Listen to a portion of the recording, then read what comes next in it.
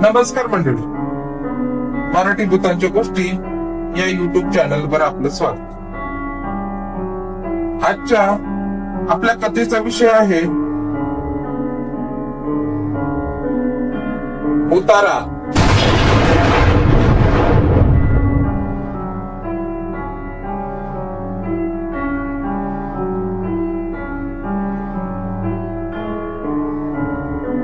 आई ग, पायात काहीतरी घुसले. काय घुसलंय माहित नाही, पण घुसलंय नक्की.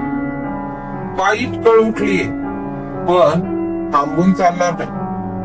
अनवाणी नाही, पायात चपला घातल्या, पण झिजून झिजून टाचेखाली चंद्रकोर तयार झाली. त्यातूनच एखादा दगड टोचला. पण ओरडूनही चालणार नाही आणि बोलूनही चालणार नाही. जे बोलायचं ते मनातल्या मनात. तसा रस्ता खूपच सुनसान आहे. रस्ता कसला आणि सुनसान तरी कसला.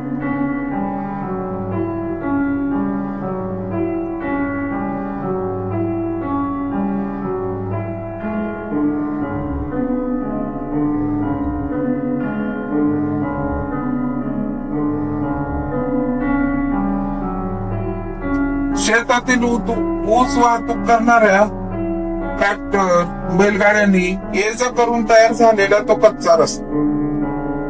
चिखलात रुतलेल्या चाकांनी दबलेली जमीन आणि मध्ये उगवलेले कुरटे गवत. एरवी दिवसा इकडे नदीला कपडे धुण्यासाठी जाणाऱ्या महिला आणि शेतात काम करणाऱ्या काही लोकांव्यतिरिक्त कोणी फिरकत नाही. तर एवढ्या रात्री कोण येईल? तशी रात्र पण बरीच झाली आहे. म्हणजे घरातून बाहेर पडलो तेव्हा 11 वाजून गेले होते. त्यातच हे पावसाचे दिवस. हातामध्ये पिशवीचे बंद घट्ट पकडलेले आणि त्याच एका हातात मोबाईलचा टॉर्च लावला. त्याच्या पांढऱ्या बल्बच्या प्रकाशात वाट बसते. मगापासून मुख्य रस्त्यावर होतो तेव्हा काही वाटलं नाही, पण आता थोडी भीती वाटते. थोडी म्हणजे जरा जास्तच भीती वाटतेय, कारण हा 5 ते 7 फुटांचा कच्चा रस्ता.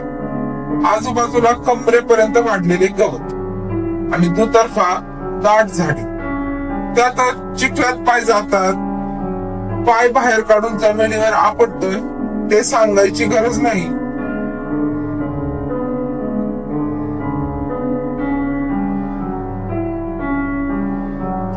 मंद वारा सुटला. त्यातच वाऱ्याची एखादी मोठी झुळूक आली की ती उंच उंच झाडांच्या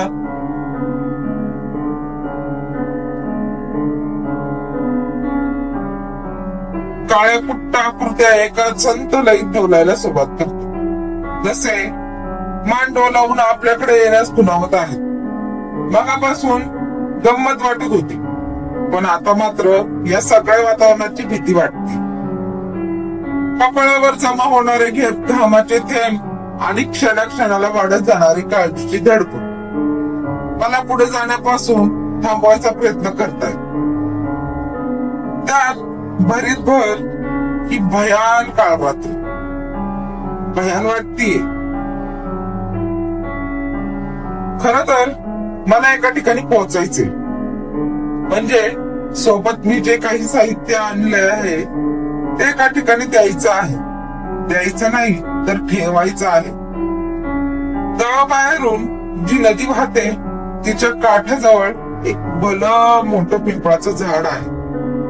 तशी नदीसाठी झाडं झुडपांची बरीच गर्दी आहे, पण त्या पिंपळाच्या झाडाखाली किंचित रिकामी जागा आहे. तिथंच हे साहित्य ठेवायचे अशी सक्त ताकीद देण्यात आली आहे. तिथंच कोणीतरी माझ्या मागे येण्याची वाट बघत बसले. त्या ठिकाणी तिथे सहसा कोणीही जात नाही.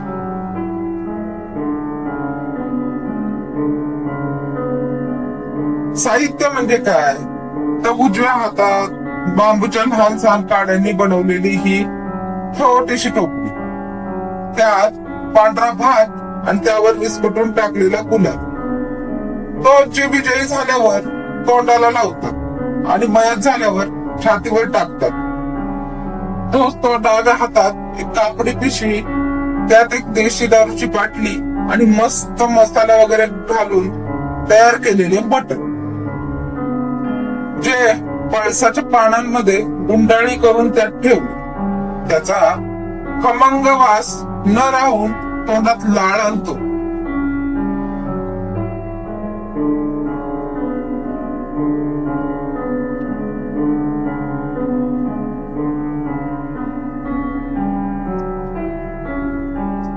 तसा या मोकळ्या वातावरणात वास येत नाही,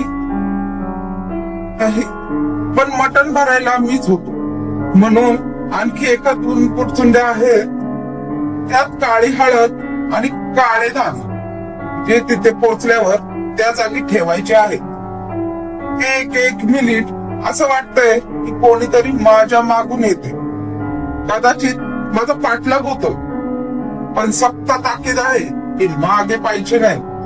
त्यामुळे काय करावे सुचेना झाले, कारण मागून येण्याची चाहूल स्पष्ट जाणवती.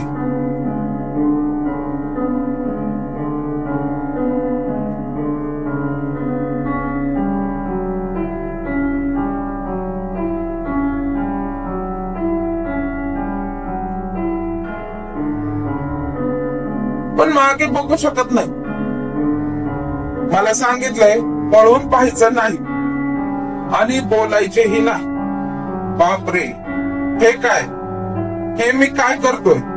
म्हणजे बोलायचं नाही असं बजावलंय तरी मी बडबड करत निघालोय.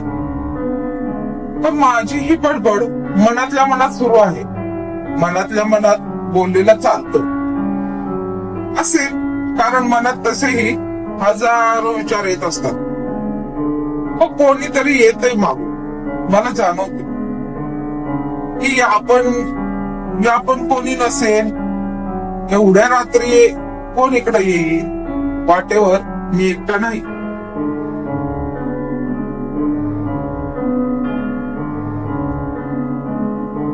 म्हणजे मी हे साहित्य ठेवतोय की नाही हे पाहायला कोणीतरी आले की त्याच्यासाठी हे साहित्य आहे, तोच मागे येतो. हे पाहायला की मी चुकून त्यातलं काही गोष्ट तर करत नाही याची खात्री करायला. असो, मला माझं काम संपवून लवकर परत जायचं, कारण माझ्याही पोटात उंदरांनी भुकेले काहूर घालायला सुरुवात केली. आता मी हे काय आणि का घेऊन निघालोय हा प्रश्न पडला असेल ना. हो, त्याचं असं झालं, मागच्या 1-2 आठवड्यात म्हणजे गणेश चतुर्थीच्या आधी शेजारची छोटी मुलं आई सोबत नदीवर आली होती.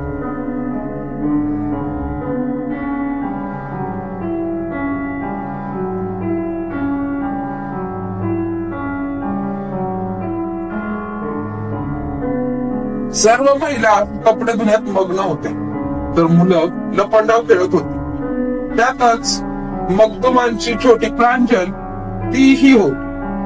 बराच वेळ झाला व कुठंच दिसत नव्हतं. सर्वांना वाटलं मुलं घरी गेली, तीही गेली असेल, पण ती गायबच होती. साऱ्या जणी आवरून घरी आल्या, पण पोरगी कुठंच दिसेना. इकडं तिकडं शोधाशोध झाली, पण काही सुगावा लागेल. त्यात चौगुल्यांचा छोटा निखिल, तो म्हणाला नदीजवळ खेळताना लपून बसली होती ती, परत दिसलीच नाही. सायंकाळी 6ला सर्वच नदीकाठी शोधू लागले. ती सापडली, पण बेशुद्ध. त्याच पिंपळाखाली घरी आणली, बेडवर शांत पडून होती. तिच्या आजोबांनी तोंडावर पाणी मारले, तशी शुद्धीवर आली. मी बाजूलाच उभा होतो. तिनं खाडकन डोळे उघडले, तर ते रक्तासारखे लाल बुंद झाले होते. झटकन उठून बसले आणि आपली नजर जिथं जमलेल्या प्रत्येकावर रोखून धरू लागली. चेहऱ्यावर विस्कटलेले केस, आणि रक्ताळलेले डोळे. ती 7-8 वर्षाची निरागस मुलगी, पण काळजाचा थरकाप उडवणारी रखरखती नजर, घरघरणारा श्वास आणि बिछाण्याला घट्ट पकडून प्रत्येकाला भुकेल्या वाघिणीसारखी पाहत होती.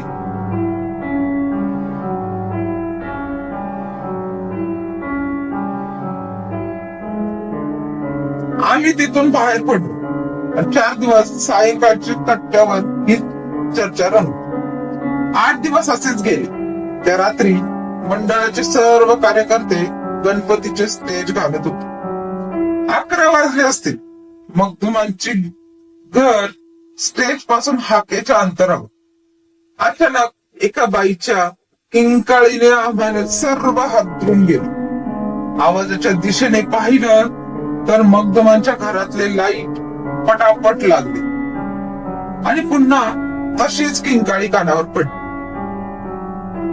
आम्ही धावत गेलो आणि दरवाजा वाजवायला सुरुवात केली. त्या आजोबांनी दरवाजा उघडला, पण तेही थरथर कापत होते.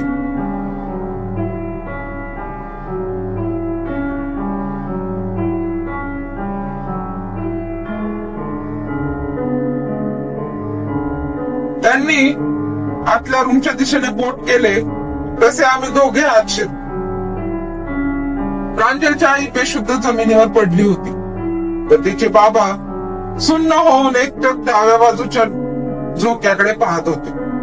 आम्ही काही बोलला तोच माझीही नजर तिकडे गेली. तसं मीही 2 पावलं मागे सरकलो.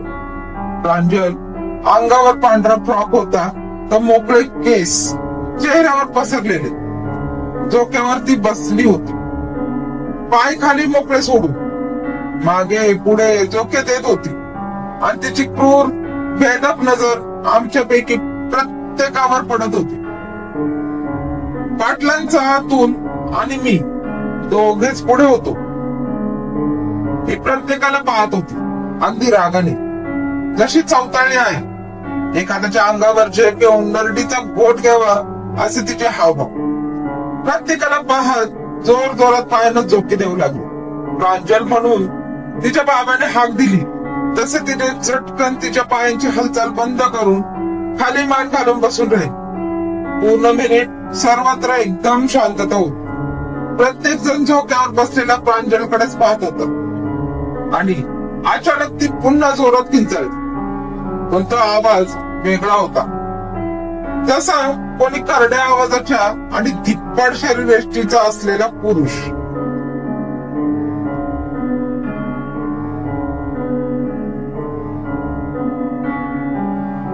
या परिस्थितीत काय करावं हे कोणाला सुचेनासं झालं. की इतक्यात ती बेशुद्ध होऊन खाली पडली. पण माझ्या पुढे असलेल्या अतुलने तिला अलगद पकडली. बाजूचे जोशी काका तिथंच होते. तिला बेडवर झोपून आम्ही बाहेरच्या हॉलमध्ये बसलो. एव्हाना तिची आईही शुद्धीवर आली होती. जोशी काकांनी तिच्या आईकडे पाहिलं आणि म्हटले, तुला सांगितलं होतं ना पोरीला नदीकाठची बाधा झाली. काका थोडे रागतच म्हणाले, पण यांचा असल्या गोष्टीवर विश्वास नाही. मी तरी काय करू. प्रांजलची आई रडू लागली.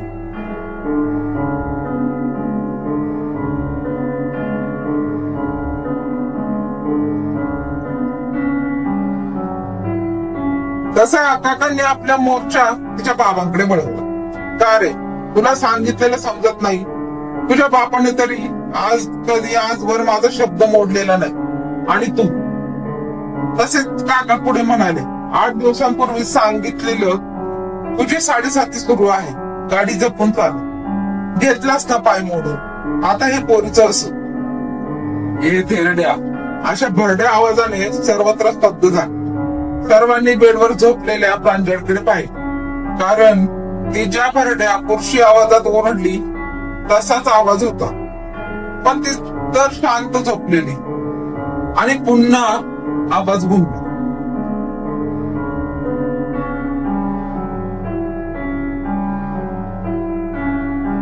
म्हातारा झालास, पण अजून माज उतरलेला नाही तुझा. त्या आवाजाने तिथला प्रत्येक जण अचंबित झाला. प्रांजलचे वडील रमेश खाली मान घालून बसलेले. आणि भयंकर रागाने ते जोशी काकांना बोलत होते. तसा अतुल त्याच्या अंगावर धावून गेला. काय रे, तुझ्या बापाच्या वयाचे आहेत ते, असं बोलतोस त्यांना? मस्ती आली का रे? तशी झटकन रमेशने मानवर खेळली आणि तिथल्या प्रत्येकाच्या काळजाचा ठोका चुकला. लाल रक्ताळलेले डोळे, चेहऱ्यावरचा क्रूर छटा आणि आवाजातील ती घरगुती.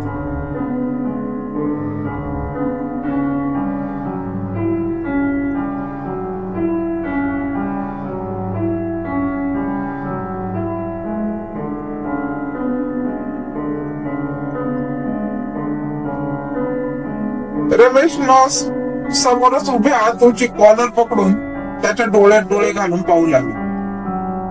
मी आतूचे हात पाय गळताना पाहिले. तो खूपच घाबरून गेला होता. मी आतूला मागे खेचू लागलो.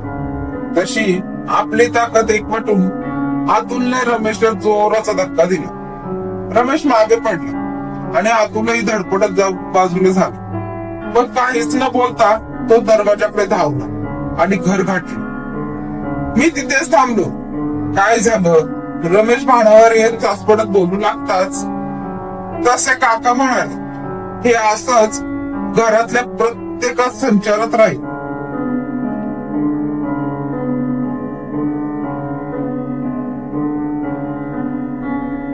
अमावस्येच्या आत सांगितलेलं साहित्य तयार करून तो उतारा घरातल्या प्रत्येकाच्या अंगावर उतरून रात्रीच्या वेळी पिंपळाच्या दगडावर नेऊन ठेवून यावं लागत. मग ते परत त्यांच्या जागेवर जाईल, नाहीतर अनर्थ ओढवून घ्या.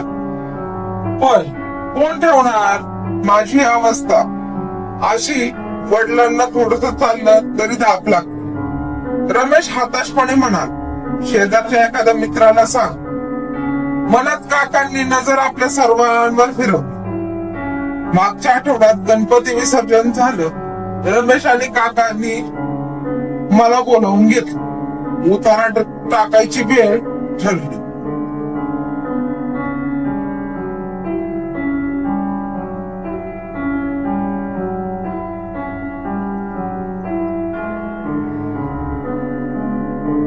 आणि आता हा उतारा घेऊन निघाला. खरं तर हे सगळं जरा जास्तच विचित्र वाटतंय, पण नाईलाज.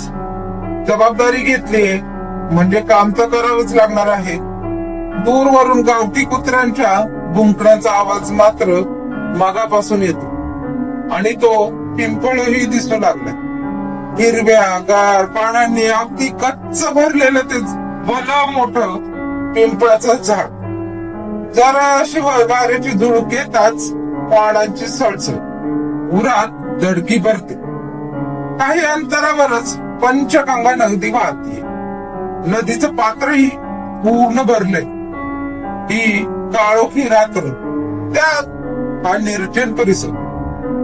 या शांत वातावरणात नदीचा खेळकरणारा आवाज आणि नदीच्या गर्द झुडपांमधून रातकिड्यांची किरकिर. काळजाचा थरकाप उडते. खाली चिखलही खूप आहे. त्यातून चालताना थोडी कसरत होते, म्हणजे पाय घसरू नये यासाठी. बेडकांची अधूनमधून ओरडणे सुरूच आहेत. म्हणजे टॉर्च पांढऱ्या प्रकाशात दिसतातही बेडका अगदी लहान गोंडस, हाताच्या पंजातही मावणार नाही तशी. पौर्णिमा होऊन गेली असेल, पण ढाळलेल्या आकाशात चंद्र कुठेतरी लपवून बसलाय.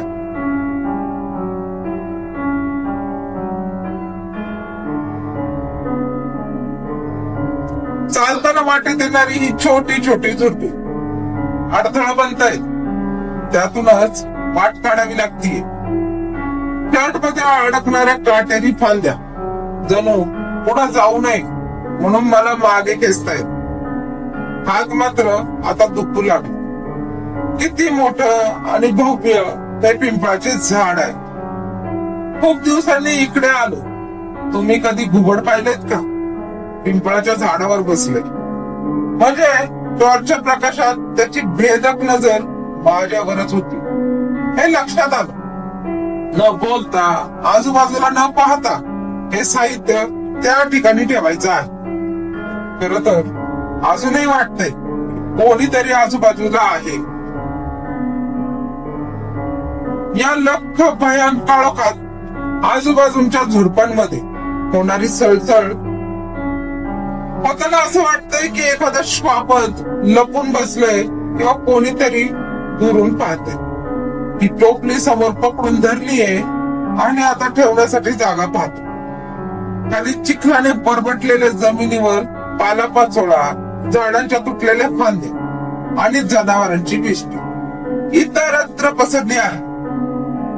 तसे इथं बरेच उतारे ठेवलेले दिसत आहे. टॉर्चच्या प्रकाशात आजूबाजूला खूपशा रिकाम्या टोपल्या इतरत्र पडलेल्या दिसत आहेत. सोबतच मधोमध चिरून कुंकू लावलेले हे पिवळे लिंबू, सुटलेल्या पुड्यांमधून पसरलेले काळे दाग, रिकाम्या बाटल्या आणि बरच काही दिसते. ही टोपली त्या जागेवरच ठेवतो.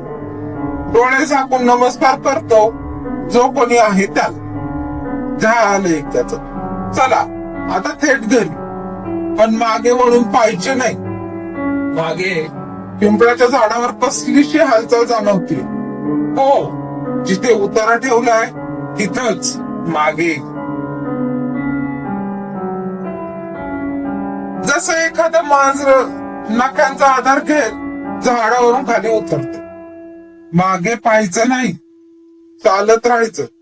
अरे बापरे, हे काय?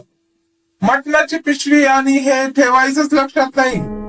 आता काय करू? मागे पाहू की दुरूनच फेकून देऊ?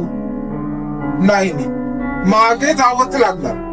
पण आता वर पाहिजे नाही. खाली जमिनीकडे पाहतच मागे वळायचं आणि हे ठेवून इथून धावतच थेट घर. खाली पाहताच मागे फिरतोय. अरे चा, ही टोपली मी तर आत्ताच ठेवलेली.